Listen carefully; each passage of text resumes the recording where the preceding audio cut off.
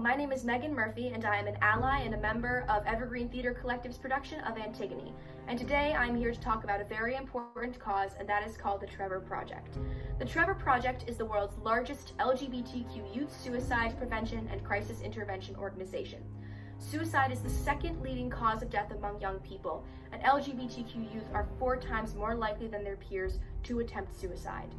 Therefore, we are donating a percentage of the proceeds we collect from the ticket sales from Antigone so that we can help make sure that every LGBTQ young person knows that they are not alone. This is very important to us, and we hope you'll consider donating to our production of Antigone. With every ticket purchase, you can help save lives and tell the LGBTQ youth of America that they matter and are seen. Thank you so much, and please enjoy our production of Antigone.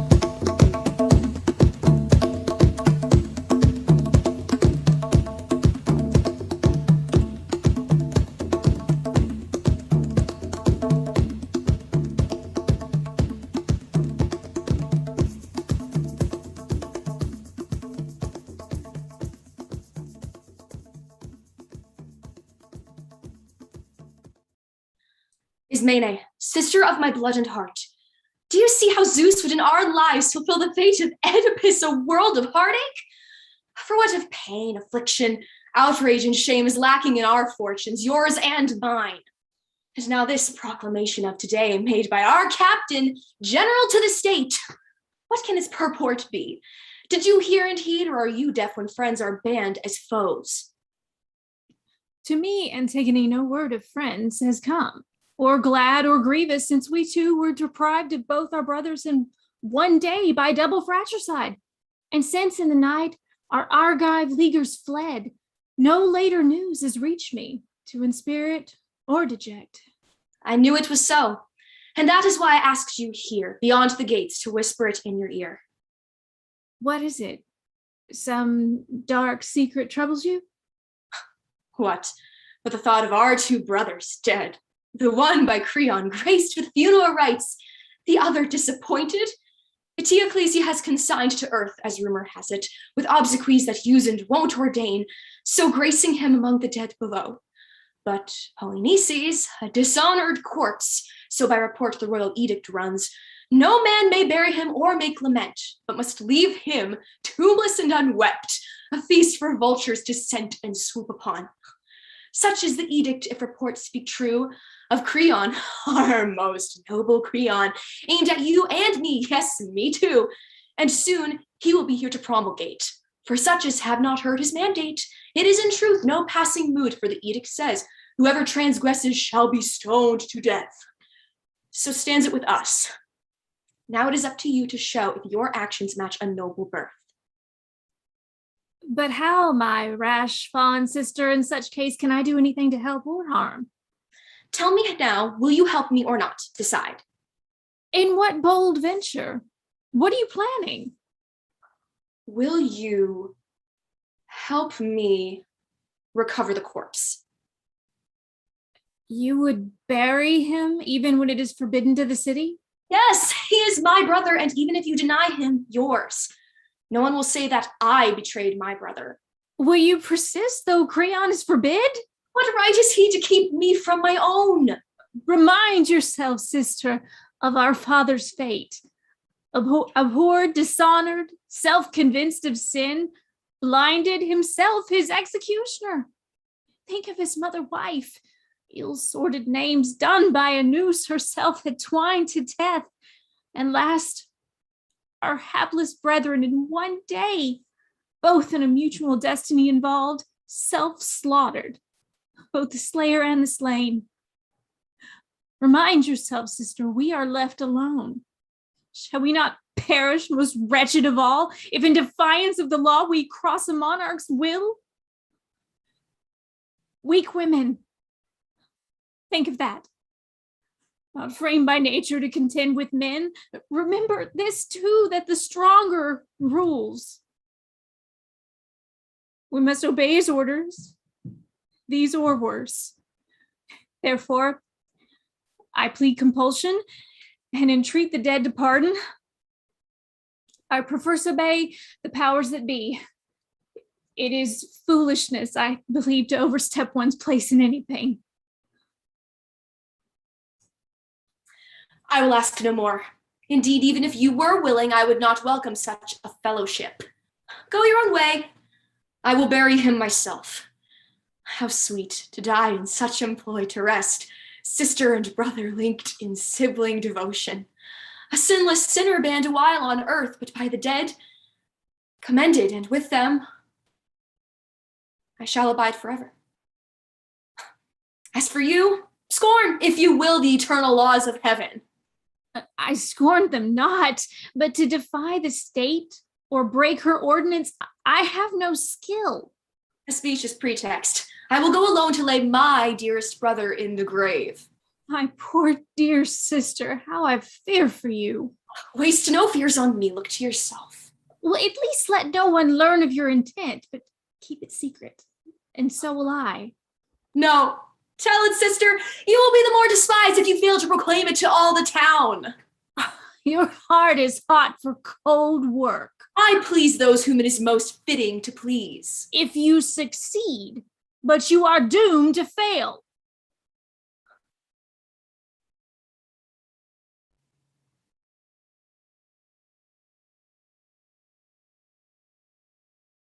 I may be doomed to fail when strength fails me, yes, but not before. But if the venture is hopeless, why try?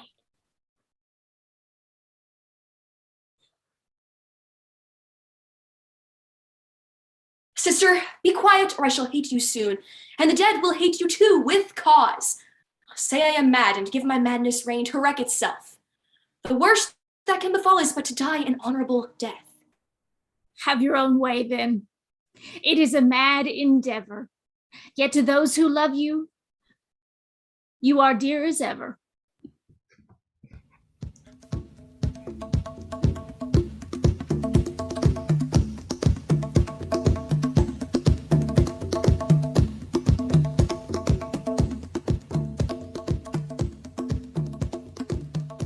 Sunbeam of all that ever dawned upon our seven-gated Thebes, the brightest ray, O eye of golden day! How fair your light over Dirce's fountain shone, speeding upon their headlong homeward course. Far quicker than they came, the Argive force, putting to flight the warriors of the white shield. Against our land the proud invader came, to vindicate Polynices' claim. Like to an eagle swooping low on wings white as new fallen snow, with clanging armor a horsetail plume his crest, the aspiring lord of Argos onward pressed.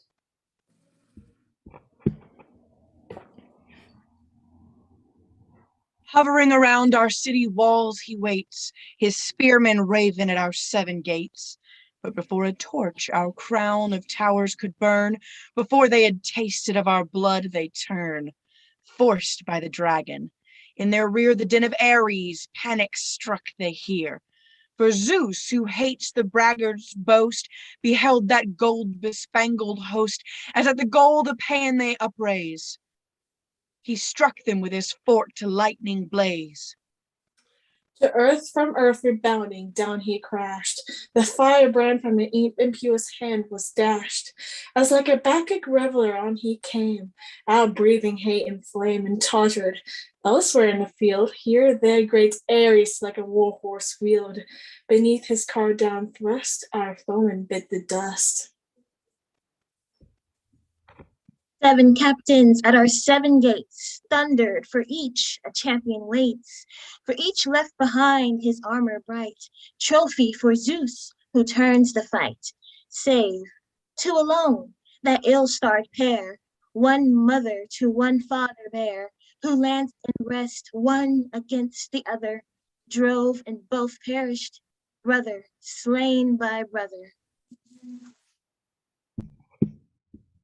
Now victory returns to Thebes again, and smiles upon her chariot-circled plain. Now let feast and festal shout, memories of war blot out. Let us to the temples throng, dance and sing the live night long. God of Thebes, lead thou the round, Bacchus, shaker of the ground. Let us end our revels here. Lo, Creon, our new lord, draws near. Crowned by this strange chance our king, what I marvel pondering? Why this summons? Wherefore call us his elders one and all, bidding us with him debate on some grave concern of state?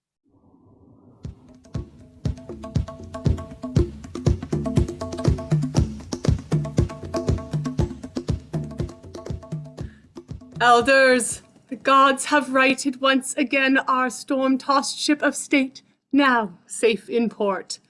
But you by special summons I convene as my most trusted counselors. First, because I knew you loyal to Laius of old.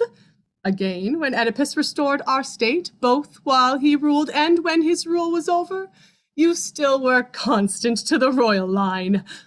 Now that his two sons perished in one day, both polluted by a brother's murder, by right of kinship to the princes dead, I claim and hold the throne and sovereignty. Yet it is no easy matter to discern the temper of a man, his mind and character, till he be proved by exercise of power. And in my case, if one who reigns supreme swerve from the highest policy, tongue-tied by fear of consequence, that man I hold and ever held the basest of the base. And I condemn the man who sets his friend before his country. For myself I call to witness Zeus, whose eyes are everywhere. If I perceive some mischievous design to sap the state, I will not hold my tongue. Nor would I reckon as my private friend a public foe, well knowing that the state is the good ship that holds our fortunes, and only by sailing straight are true friends made. Such is the policy by which I seek to serve the commons, and conformably I have proclaimed an edict as concerns the sons of Oedipus.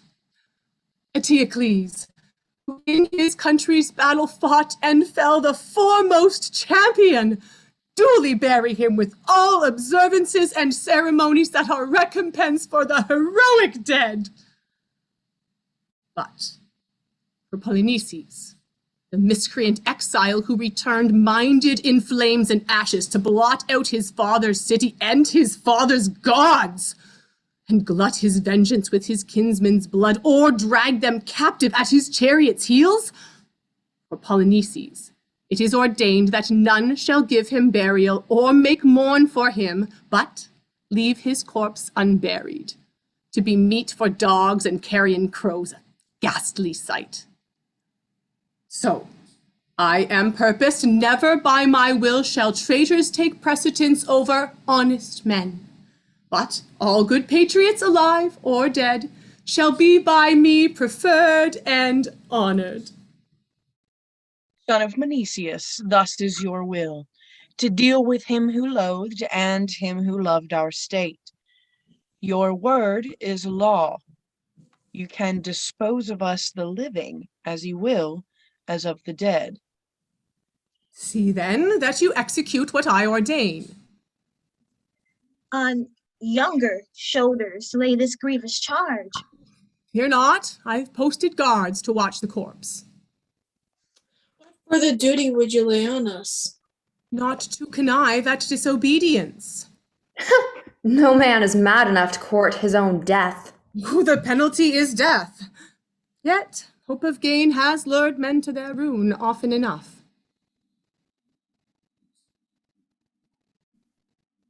My lord, I will not make pretense to pant and puff as some light-footed messenger. In truth, my soul beneath its pack of thought made many a halt and turned and Turned again, for conscience plied her spur and curved by turns.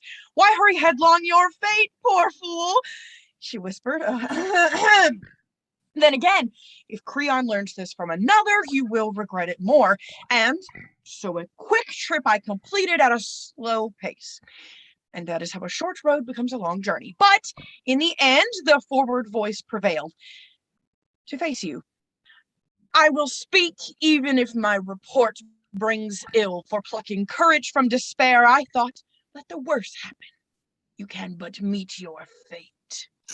What is your news? Why this despondency? Let me premise a word about myself. I neither did the deed, nor saw it done. Nor would it be just that I should come to harm. You stammer, it seems, to shield you from your task, so it must be important. So important that it is a burden to deliver. Well, then, sir, unload it and be free. Okay, I'll just say it. Someone has correctly sprinkled the corpse with dry dust, performed the proper ritual, and was gone. What are you saying? Who has dared to do this thing? I cannot tell. For there was never a trace of pick or shovel, the ground unblemished without a scratch or rut of chariot wheels, no sign that human hands had been at work. When the first entry of the morning watch gave the alarm, we were all terror-stricken. The corpse was hidden, not interred in earth, but strewn with dust, as if by one who sought to avert the curse that haunts the unburied dead, of hound or ravening jackal, not a sign. Threat arose an angry war of words. Guard railed at guard, and blows were like to end it, for none was there to part us, each in turn suspected, but the guilt brought home to none. From lack of evidence, we challenged each the ordeal, or to handle red-hot iron, or pass through fire, affirming on our oath our innocence. We neither did the deed nor ourselves, nor know who did or compassed it. Our quest was at a standstill, when one spoke and bowed us all the earth like quivering reeds. For there was no gainsaying him, nor way to escape perdition. You are bound to tell the king, you cannot hide it, so he spoke. And he convinced us all, so lots were cast. And I, unlucky scapegoat, drew the prize. So here I am, unwilling and withal unwelcome. No man cares to hear bad news. My king, whether this be divinely motivated, I have wondered from the outset. No, be quiet before your talk drives me to anger. I'm inclined to think you dote in your old age. Is it not arrant folly to pretend that gods would have a thought for this dead man? Did they really award him special grace and as some benefactor bury him, who came to fire their hallowed sanctuaries, to sack their shrines, to desolate their lands and scout their ordinances? Or perhaps the gods bestowed their favors on the wicked? Oh, no, no. From the beginning, I noticed some citizens who voiced their objections and questioned my edict, refusing even to submit to my rule. It is they, I warrant, who suborned my guards with bribes. They who sold themselves shall find their greed outshot the mark, and rue it soon or late. Of all current evils on earth, the worst is money. Money it is that sacks cities and drives men forth from hearth and home, warps and seduces native innocence and breeds a habit of dishonesty. Yea, as I still revere the dread of Zeus, by Zeus I swear, unless you find and bring before my presence here the very man who carried out this lawless burial, death for your punishment shall not suffice. Hanged on a cross, alive, you shall first make confessions of this outrage. This will teach you what practices are like to serve your turn. There are some villainies that bring no gain, for by dishonesty the few may thrive, the many come to ruin and disgrace. May I not speak, or must I turn and go without a word? Oh, go! The sound of your voice pains me. Is the pain in your ears or your heart? Why seek to probe and find the seat of pain? I hurt your ears. The culprit hurts your heart. Oh, what an inveterate babbler! Go! Babbler, perhaps, but innocent of the crime. Twice guilty, having sold your soul for gain. How sad it is when the judge wrongly judges. Go, and toy with reason all you want. If you don't find these malefactors, you will know the profit from dishonest pay is death. I pray he may be found, but caught or not, and fortune must determine that, you never shall see me here again. That is sure. For past all hope or thought I have escaped, and for my safety, I owe the gods much thanks.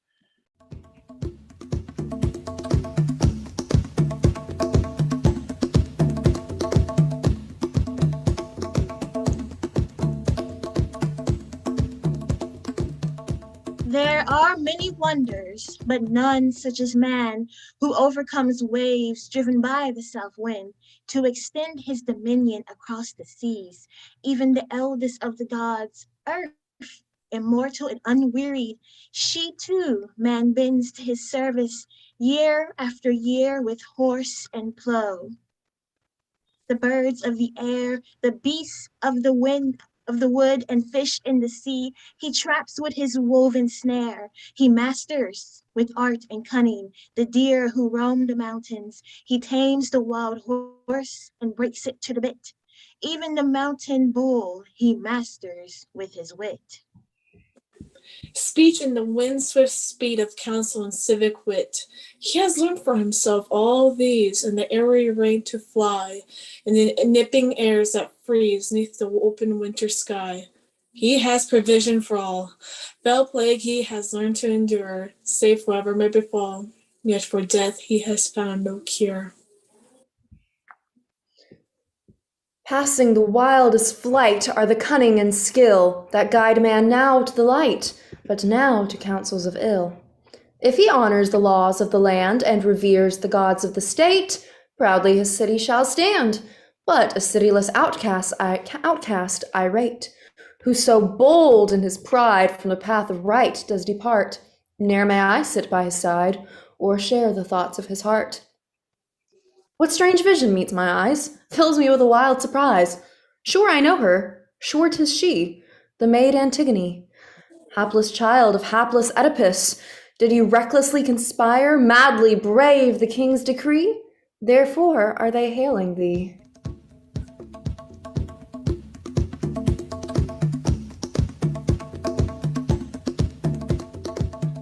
Here is the culprit, taken in the act of given burial. But where's the king? There from the palace he returns in time. Why is my presence timely? What has happened?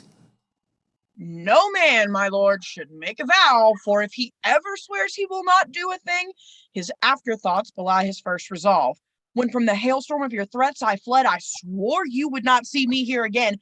But the wild rapture of glad surprise intoxicates, and so I am here forsworn. And here's my prisoner, caught in the very act decking the grave. No lottery this time. This prize is mine by right of treasure trove. So take her, judge her, rack her if you will. She's thine, my king, but I may rightly claim hence to depart well quit of all these ills. Say, how did you arrest the girl and where? Burying the man. There's nothing more to tell. Are you sure? Do you know what you're saying? I saw this woman burying the corpse against your orders. Is that clear and plain? But how was she surprised and caught in the act? It happened thus. No sooner had we come driven from your presence by those awful threats, then straight we swept away all trace of dust and bared the clammy body. Then we sat high on the ridge to windward of the stench, while each man kept his fellow alert and rated roundly the sluggard if he chanced to nap.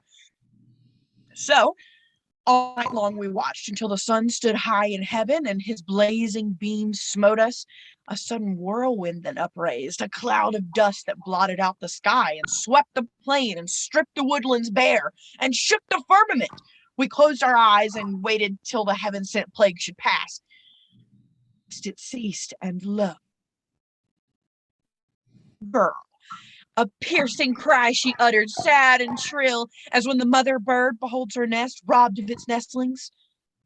Even so, the girl wailed as she saw the body stripped and bare, and cursed the ruffians who had done this deed. Quickly she gathered handfuls of dry dust, then, holding high a well-wrought brazen urn, thrice on the dead she poured a lustral stream. We at the sight swooped down on her and seized our quarry. Undismayed she stood, and when we taxed her with the former crime and this, she disowned nothing.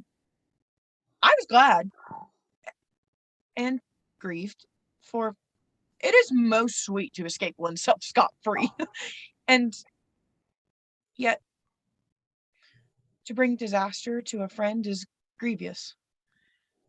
Take it all in all, I deem a man's first duty is to serve himself. Speak, girl.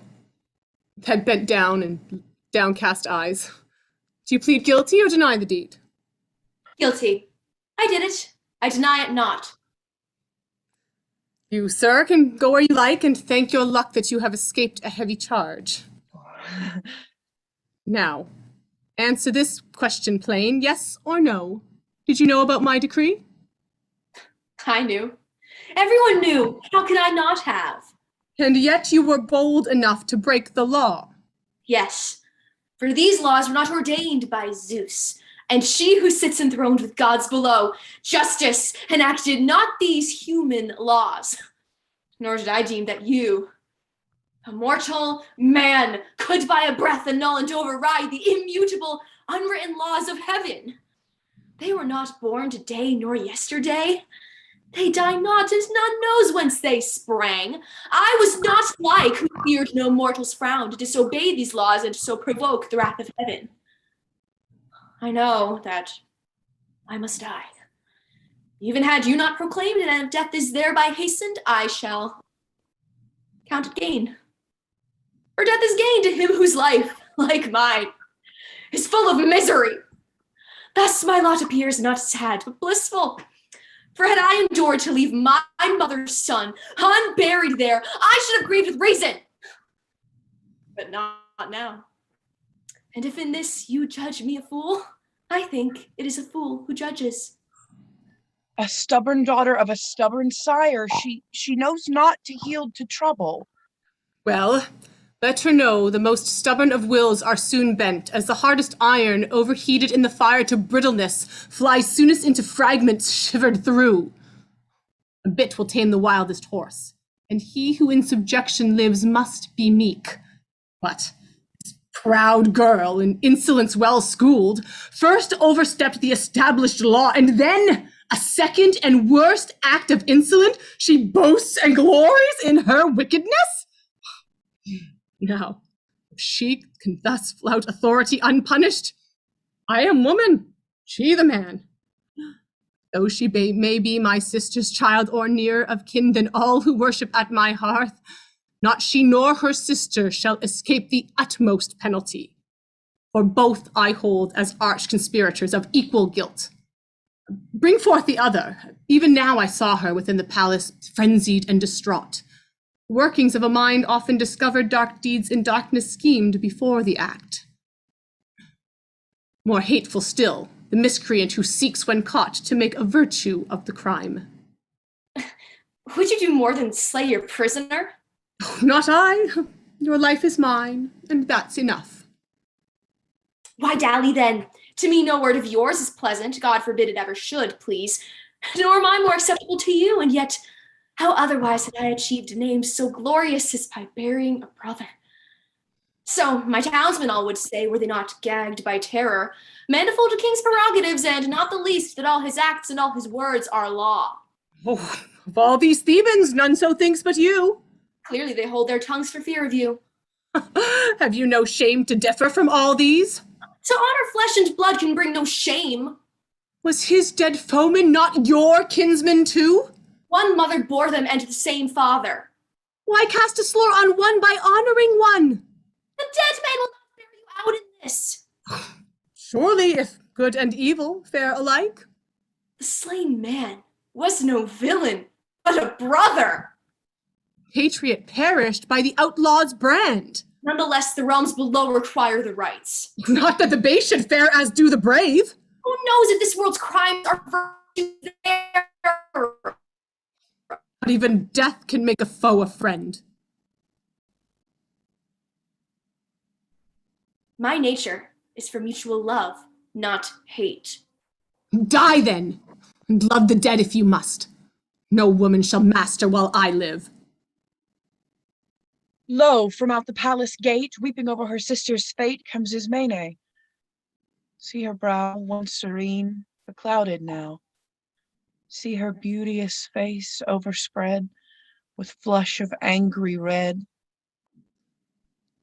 Woman, who like a viper unperceived did harbor in my house and drain my blood.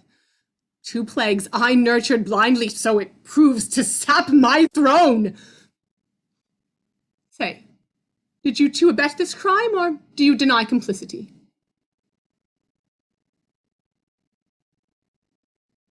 I did the deed, if she will have it so, and with my sister, claim to share the guilt.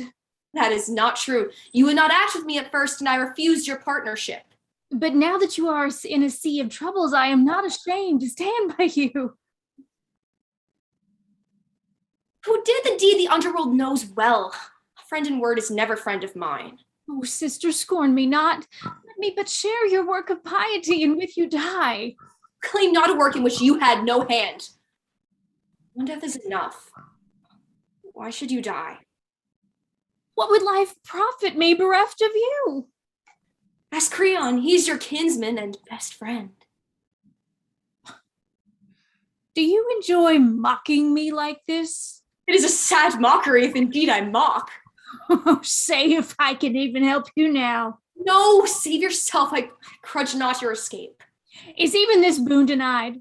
To share your fate? Yes, for you chose life and I to die. Thou cannot say I did not protest. Well, some approved your wisdom, others mine. But now we stand convicted, both alike. Fear not. You live. I died long ago than when I gave my life to save the dead. Both women, I think, are crazed. One suddenly lost her wits, the other was born mad. Yes, so it falls, sire. When misfortune comes, the wisest even lose their mother wit. Oh, truly, your wits left you when you made your choice to join in criminals in crime. What life for me without my sister here? Oh, your sister isn't here. She's already dead. What? Will you slay your own son's bride? Why not? Let him find other fields to plow. No one can replace her. I want no evil wife for my son. Oh, Haman, how your father dishonors you! Oh, what plague on you and your accused betrothal? What, will you rob your own son of his bride? It is death that bars this marriage, not his father. Though her death warrant, it would seem, is sealed. By you, as first by me. Off with them, guards, and keep them close. Henceforward, let them learn to live as women and not roam at large. For even the bravest spirits run away when they perceive death pressing on life's heels.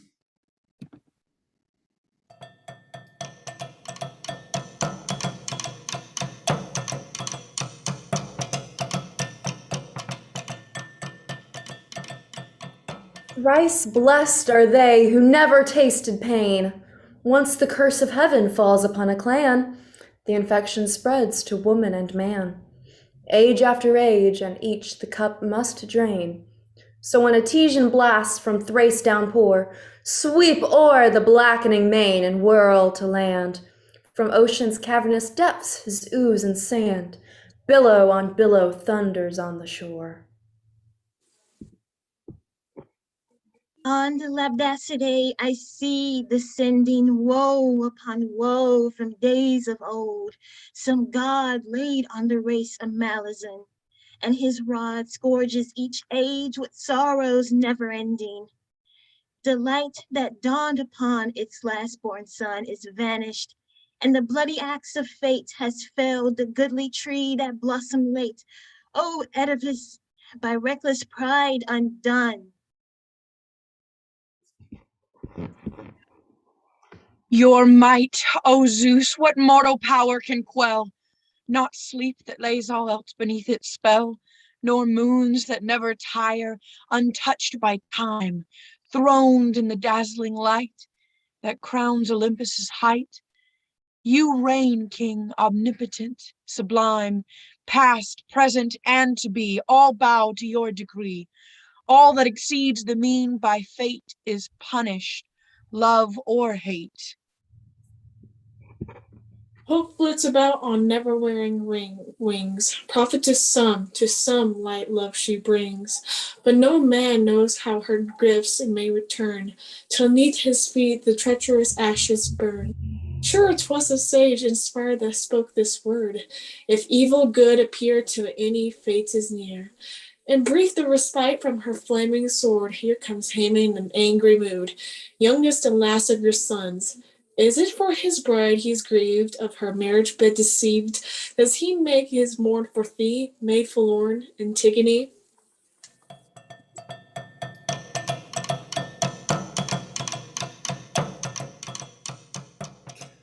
Soon shall we know, better than seer can tell. Learning by fixed decree concerning your bride, you intend not, son, to rage against your father? Know not whatever we do is done in love? Father, I am yours, and will take your wisdom as the helm to steer withal.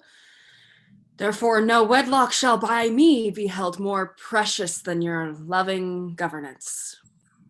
Well spoken. So right-minded sons should feel in all deferring to a father's will, for it is the hope of parents that they may rear an obedient brood of sons, keen to avenge their father's wrongs and count his friends their own. But who begets unprofitable sons, he verily breeds trouble for himself and for his foes much laughter. Son, be warned, and let no woman fool away thy wits. Ill fares the husband mated with a shrew, and her embrace very soon wax cold. For what can wound so surely to the quick as a false friend? So, spurn and cast her off. Bid her go find a husband with the dead.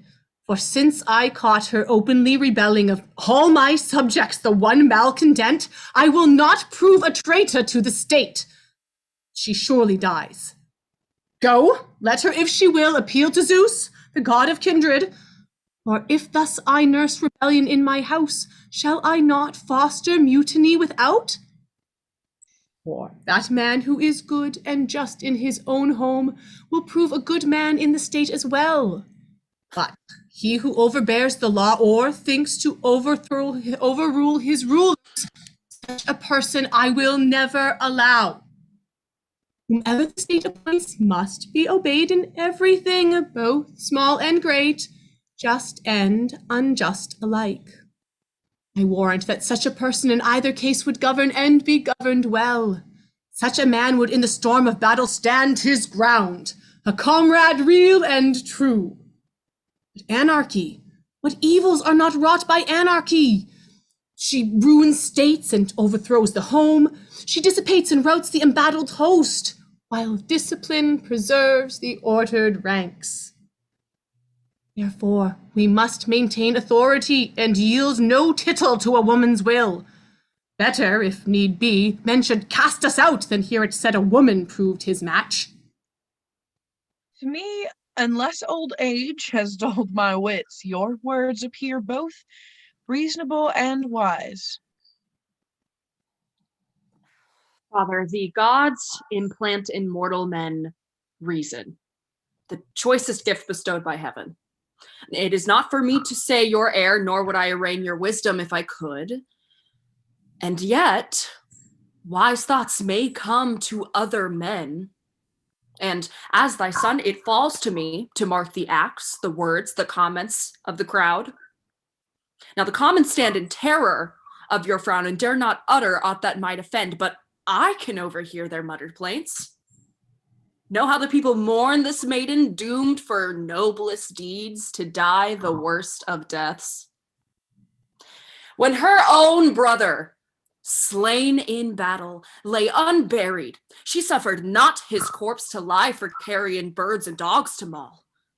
Should not her name, they cry, be writ in gold? Such the low murmurings that reach my ear. Father, nothing is by me more prized than thy well-being, for what higher good can children covet than their father's good name, as fathers too take pride in glorious sons? Therefore, my father, cling not to one mood, and think not you are right and all others wrong. For whoever thinks that wisdom dwells with him, that he alone can speak or think aright, such oracles are empty breath when tried. The wisest man will let himself be swayed by others' wisdom and relax in time. See how the trees beside a stream in flood save, if they yield to force, each spray unbanned, but by resisting perish root and branch. The mariner who keeps his main sheet taut and will not slacken in the gale is like to sail with thwarts uppermost, keel uppermost. Relent then, and repent of your wrath. For if one young in years may claim some sense, I'll say it is best of all to be endowed with absolute wisdom. But if that's denied, and nature takes not readily that ply, next wise is he who listens to sage advice. If he says anything in season, heed him, king. You listen to your father too. Both have spoken well. What? Would you have us at our age be schooled, lessoned in prudence by a beardless boy? I plead for justice, father, nothing more. Weigh me upon my merit, not my years. Is it merit to reward lawbreakers? I wouldn't plead for a lawbreaker. Is not this woman an errant lawbreaker? The Theban people, with one voice, say no. Now you say the mob dictates my policy? It is you, I think, who talks like a boy. Am I to rule for others or myself? A state for one man is no state at all. By tradition, the state is his who runs it. You know, as monarch of the desert, you would do well. I think this boy maintains the woman's cause. Well, only if you are the woman. My thoughts are for you. Oh, traitor! Why do you go against your own father? Because I see you making a mistake. Am I wrong if I maintain my rights? You haven't the right to trample divine laws. Your mind has been corrupted. You are this woman's slave. But not a slave to my own passions. Your words, at least, are all for her. And for you. And me, and for the gods below. As long as she lives, you will not marry her. So she shall die. But one will die with her. Would you threaten me? What threat is this? To warn against a bad plan. You will regret trying to advise your betters. If you were not my father, I would say you were insane. Oh, woman slave! Don't question me. You wish that you only can speak, but entertain no one speaking in reply. Is that a fact? Well, I Olympus know this too. You won't taunt and insult me with impunity. Bring out the hateful thing that she may die right now, in front of her bridegroom. Don't think she will die in my sight, or by my side. And don't think you will see my face ever again. Enjoy the company of those who tolerate your madness. Your son has gone, my king, in angry haste. Fell is the wrath of a youth beneath a smart. Let him go and vent his fury like a fiend. These two sisters he shall not save from death. Surely you don't mean to slay them both. No, you're right. Only her who touched the body. And what death is she to die? She shall be taken to some desert place by man untrod, and in a rock-hewn cave, with food no more than to avoid the taint that homicide might bring upon all the state, buried alive. There let her call in aid Hades, the one god she worships. Or learn too late a lesson learned at last, that it is a waste of effort to worship Hades.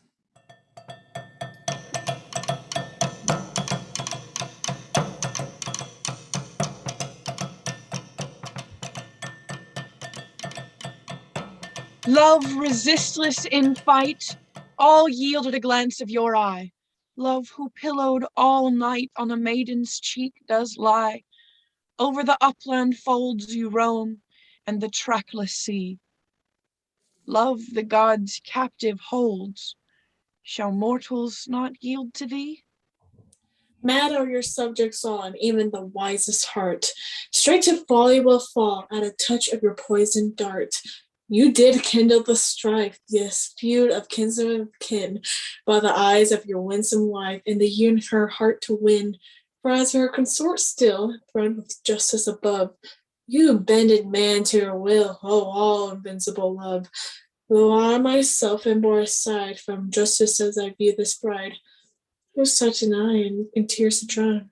Antigone, so young, so fair, death's bower with the dead to share. Friends, countrymen, my last farewell I make. My journey's done. One last fond, lingering, longing look I take at the bright sun. For death, who puts to sleep both young and old, hails my young life, and beckons me to a Charon's dark fold, an unwed wife. No youths have sung the marriage song for me, my bridal bed. No maids have strewn the flowers from the lea. It is death I wed. But do you think you are sped great and glorious to the dead? You the sword's edge have not tasted, no disease your frame has wasted. Freely you alone shall go, living to the dead below. Nay, but the piteous tale I've heard men tell of Tantalus' doomed child chained upon Pylus' high rocky fell, that clung like ivy wild, drenched by the pelting rain and whirling snow, left there to pine, while on her frozen breast the tears I flow. Her fate is mine.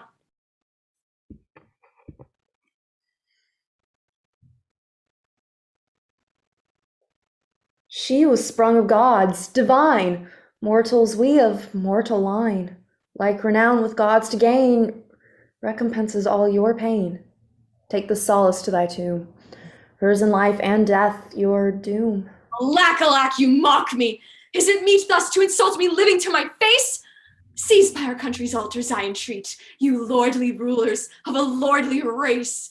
O fount of dear sea, wood embowered plain, where Theban chariots to victory speed, mark you the cruel laws that have now wrought my bane, the friends who show no pity in my need. Was ever fate like mine, O monstrous doom, within a rock-built prison sepulchred, to fade and wither in a living tomb, an alien midst the living and the dead?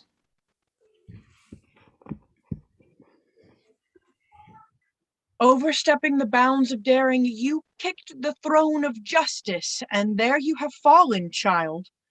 The price you pay is your father's debt. At this, you touch my most poignant pain.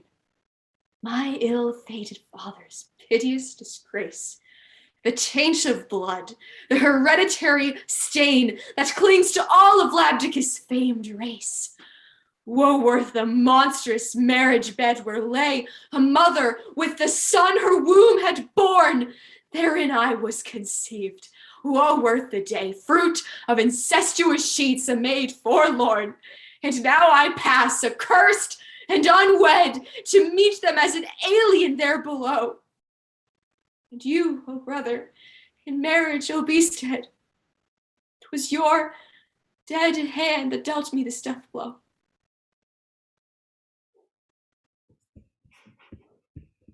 Your devotion and piety ring true, but rights be paid when rights are due. Yes, it is ill to disobey the powers who hold by might the sway. You have withstood authority, a self-willed rebel. You must die.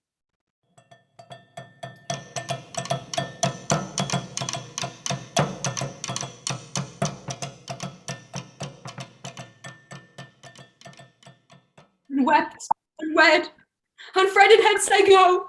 No longer may I see the day's bright eye, not one friend left to share my bitter woe.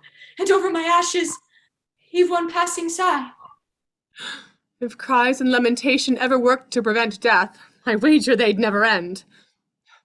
Away with her, and having walled her up in a rock-vaulted tomb as I ordained, leave her alone at liberty to die, or, if she chooses to live in solitude, the tomb her dwelling. In either case, we are guiltless as concerns this maiden's blood. Only on earth no lodging shall she find. O grave, O bridal bower, O prison house, hewed from the rock, my everlasting home, whither I go to join the mighty host of kinsfolk, Perseus' guests long dead. The last of all most miserable, I pass.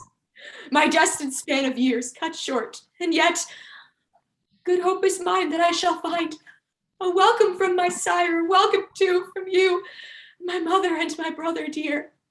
For with these hands I laved and decked your limbs in death, and poured libations on your grave. And last, my Polynices, unto you I paid due rites, and this my recompense. Yet am I justified in wisdom's eyes? For even had it been some child of mine or husband mouldering in death's decay, I had not wrought this deed despite the state. What is the law I call in aid? 'Tis thus I argue. Had it been a husband dead, I might have wed another and have home, another child to take the dead child's place. But now my sire and mother both are dead. No second brother can be born from me. Thus, by the law of conscience, I was led to honor you, dear brother, and was judged by Creon, guilty of a heinous crime. And now he drags me like a criminal, a bride unwed, immersed of marriage song and marriage bed, and joys of motherhood, my friends, deserted to a living grave. What ordinance of heaven have I transgressed? Hereafter can I look to any god for succor, call on any man for help? Alas, my piety is impious deemed. Well, if such justice is approved of in heaven, I shall be taught by suffering my sin.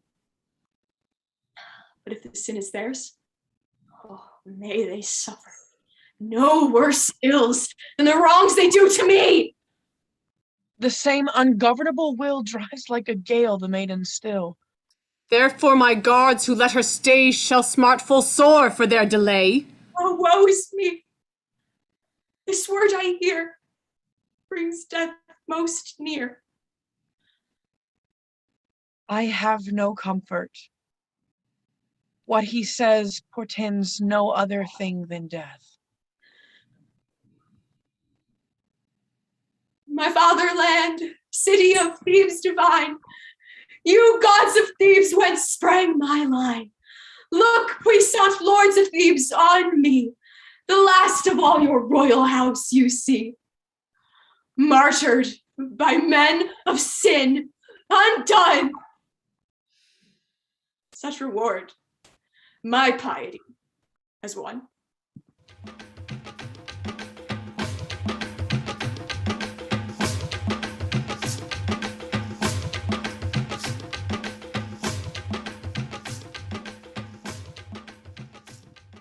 Like to you that maiden bright, Danae in her brass-bound tower, once exchanged the glad sunlight for a cell, her bridal bower. And yet she sprang of royal line, my child, like thine, and nursed the seed by her conceived of Zeus, descending in a golden shower.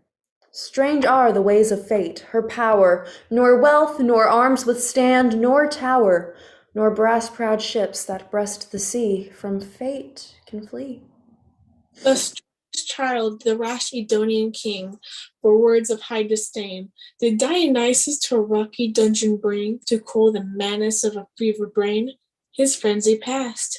He learned at last 'twas madness guides against a god to fling, for once he fain had quenched the mind inspired, and of the tuneful nine provoked the ire.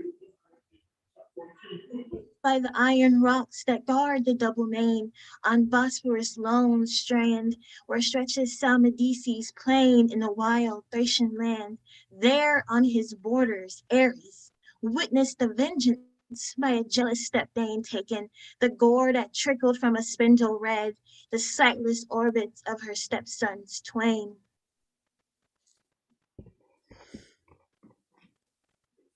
Wasting away, they mourned their piteous doom. They blasted issue of their mother's womb. But she her lineage could trace to great Erechtheus' race, daughter of Boreas, in her sire's vast caves reared, where tempest raves. Swift as his horses o'er the hills she sped, a child of gods, yet she, my child, like thee, by destiny that knows not death nor age, she too was vanquished.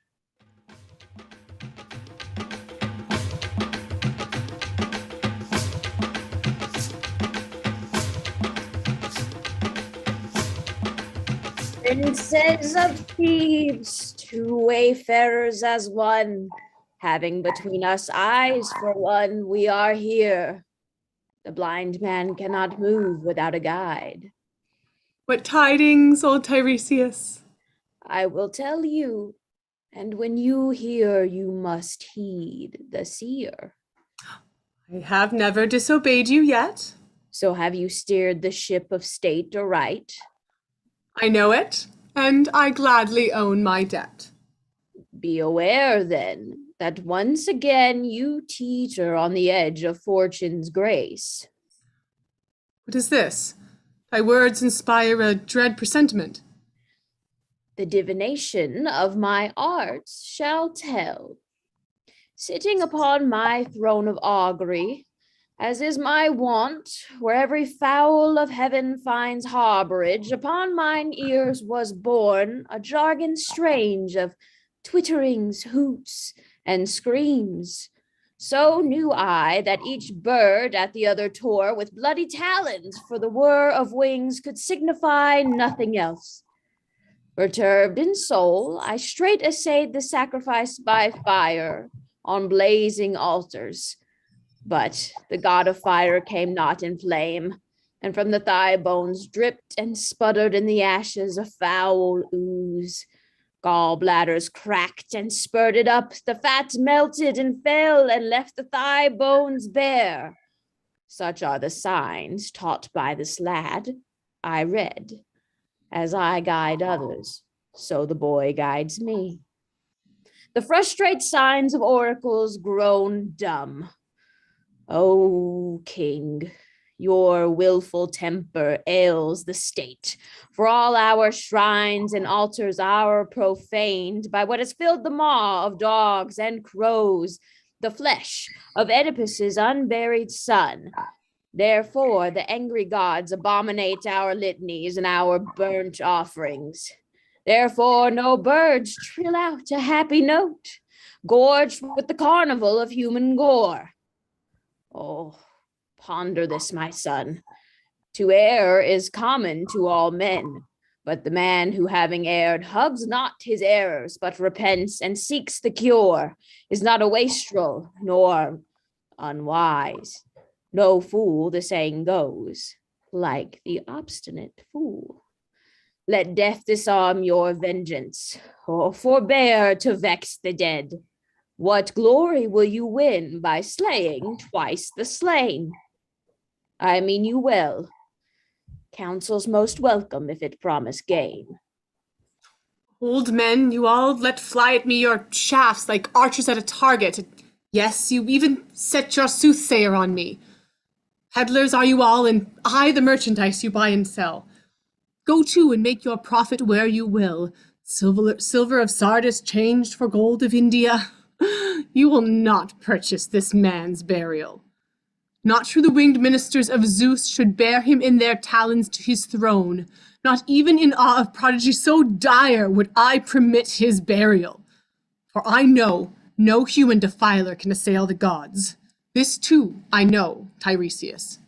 Dire is the fall of craft and cunning when it tries to gloss foul treachery with fair words for filthy gain. Alas, does any know and lay to heart Is this the prelude to some hackneyed truism? Is sound judgment not the greatest strength?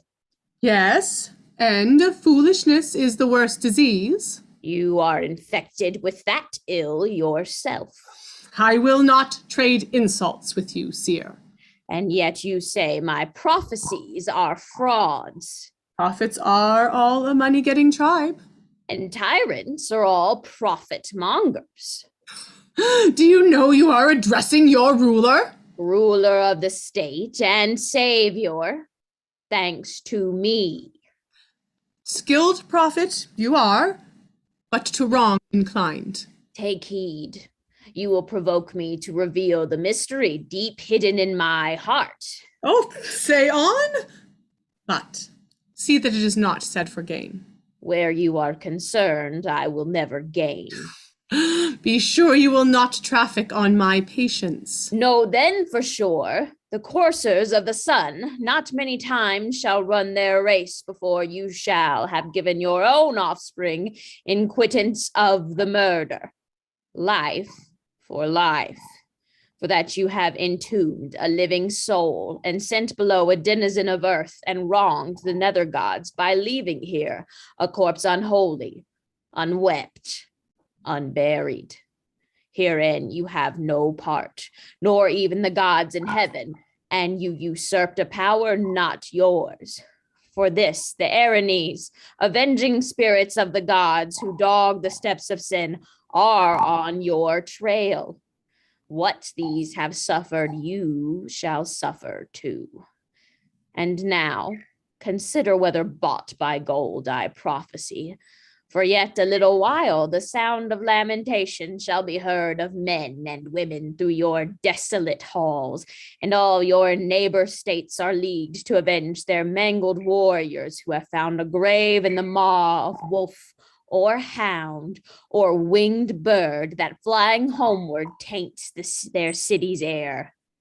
These are the shafts that, like a bowman, I provoked to anger, loosen at thy breast unerring, and their sting you shall not shun.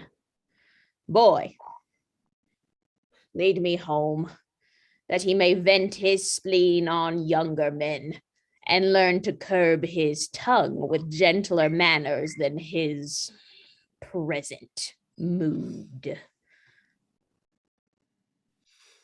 My liege, the man has gone foretelling woe, and oh, believe me, since these grizzled locks were like the raven, never have I known the prophet's warning to the state to fail. I know it too, and it perplexes me.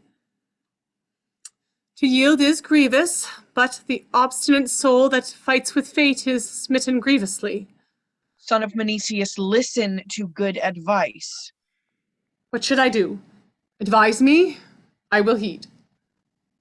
Go! Free the maiden from her rocky cell, and for the unburied outlaw build a tomb! At your counsel, you would have me yield? Yea, king, this instant. Vengeance of the gods is swift to overtake the impenitent. Oh, what a wretch it is to sacrifice my heart's resolve! But fate is ill to fight. Go. Trust not others. Do it quickly yourself. Quickly indeed. Rise up, one and all. My guards, get axes. Speed away to the mountain. I too will go, for all my resolution this way sways. 'Twas I that bound, I too will set her free. Almost I am persuaded it is best to keep through life the law ordained of old.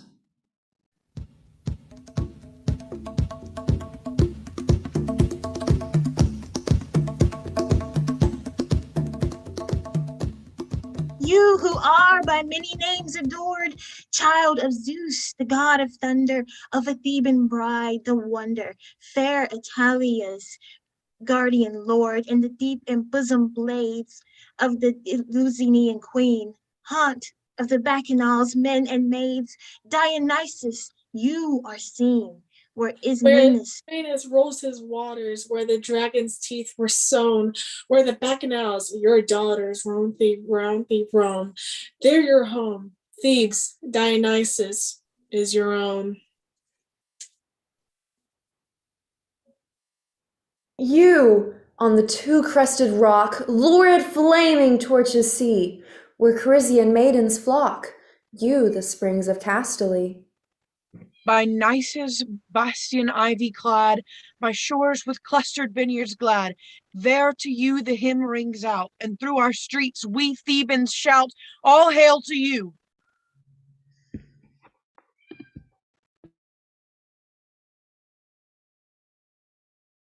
Oh, as you love this city best of all, to you and to your lightning-struck mother in our dire need we call.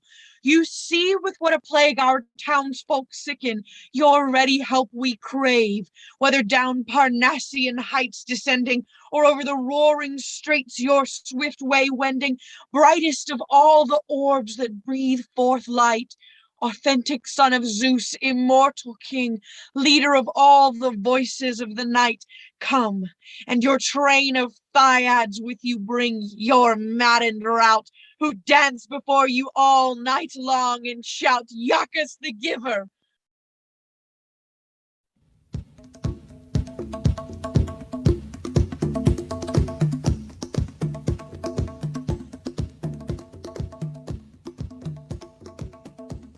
And all you heard well beside the halls, Cadmus and Amphion.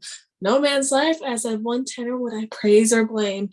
For fortune with a constant ebb and rise, cast down and raises high and lone like, and none can read a mortal's future.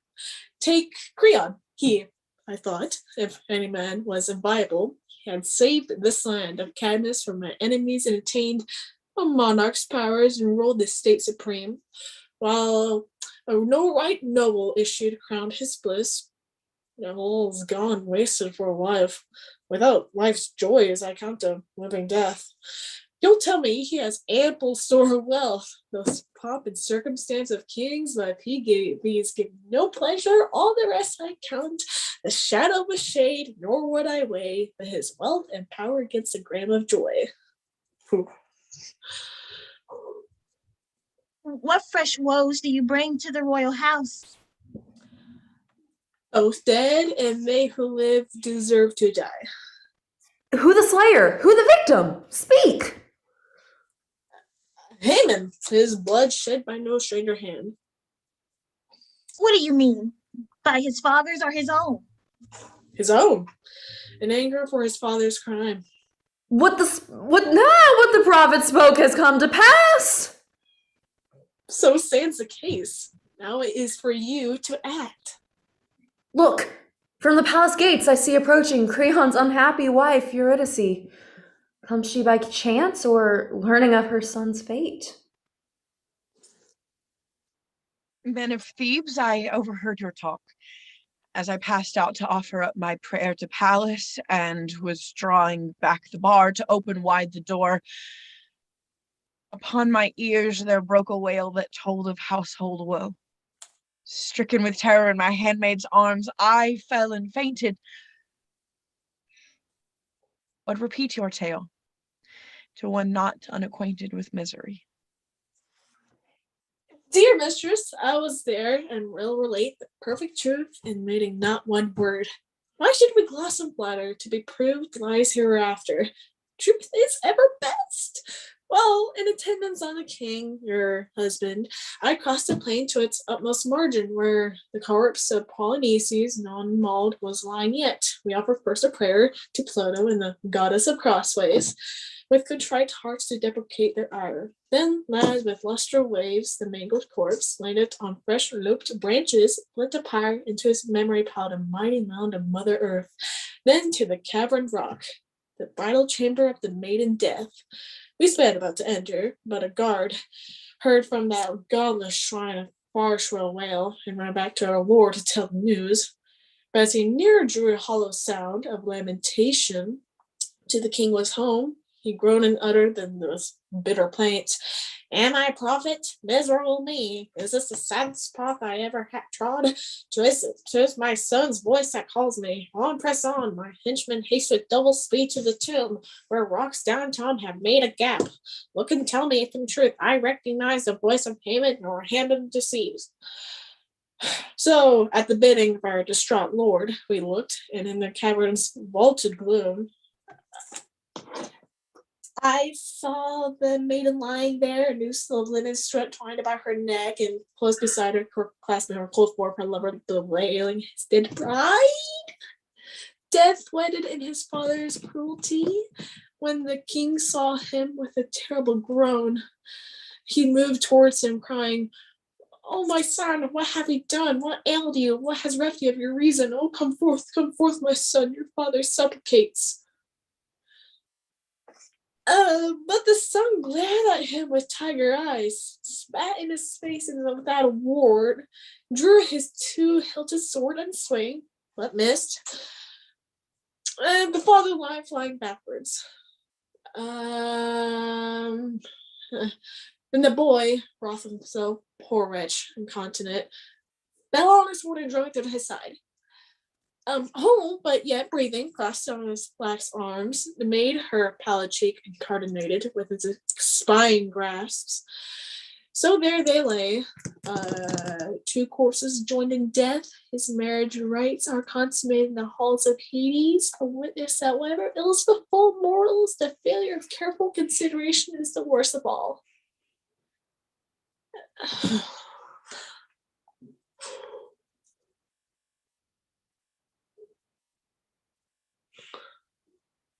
What do you make of this? The queen has gone without a word revealing good or ill. I marvel too, but entertain good hope. 'Tis that she shrinks in public to lament her son's sad ending, and privacy would with her maidens mourn a private loss. Trust me, she is discreet and will not err. I don't know, but strained silence, I think, is no less ominous than excessive grief. Well, let us go to the house and solve our doubts. Whether the tumult of her heart conceals some fell design. And maybe you are right. Unnatural silence signifies no good. Look, the king himself appears. Evidence he with him bears against himself. He I quake against a king such charge to make, but all must own the guilt is his and his alone. Woe for sin of minds perverse, deadly fraught with mortal curse. Behold us slain and slayers all akin. Woe for my counsel dire, conceived in sin. Alas, my son, life scarce begun, you are undone. The fault was mine only, oh my son. Too late. It seems you see the truth. By sorrow schooled, heavy the hand of God, thorny and rough the paths my feet have trod. Humbled my pride, my pleasure turned to pain. Poor mortals, how we labor all in vain. Sorrows are yours, my lord, and more to come. One lying at thy feet, another yet more grievous waits you when you come home. What woe is lacking from my tale of woes? Your wife, the mother of your dead son here, lies stricken by a fresh inflicted blow. How bottomless the pit does claim me too, O death! What is the word he said, this woeful messenger?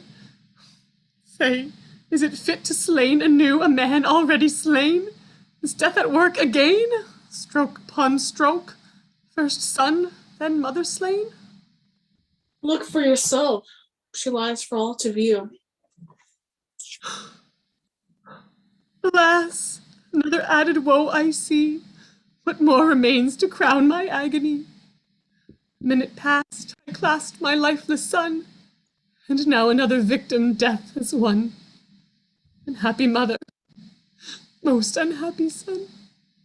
Beside the altar on a keen-edged sword she fell and closed her eyes in night.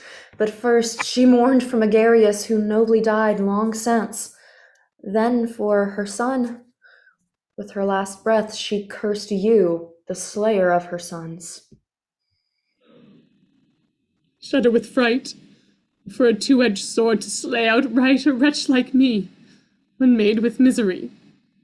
'Tis true that you were charged by the dead queen as author of both deaths, hers and her son's. In what wise was her self-destruction wrought? Hearing the loud lament above her son, with her own hand she stabbed herself to the heart. I am the guilty cause. I did the deed. Your murderer. Yes, I guilty plead. My servants, lead me from here away. I am a dead man, less than nothing, no delay. Well said.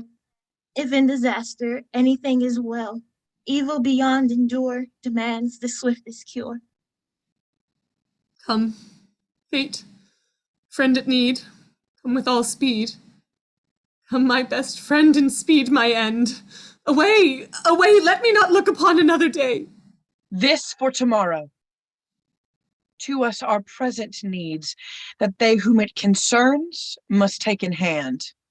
I join your prayer that echoes my desire. Oh, pray not. Prayers are idle. From the doom of fate for mortals, refuge there is none.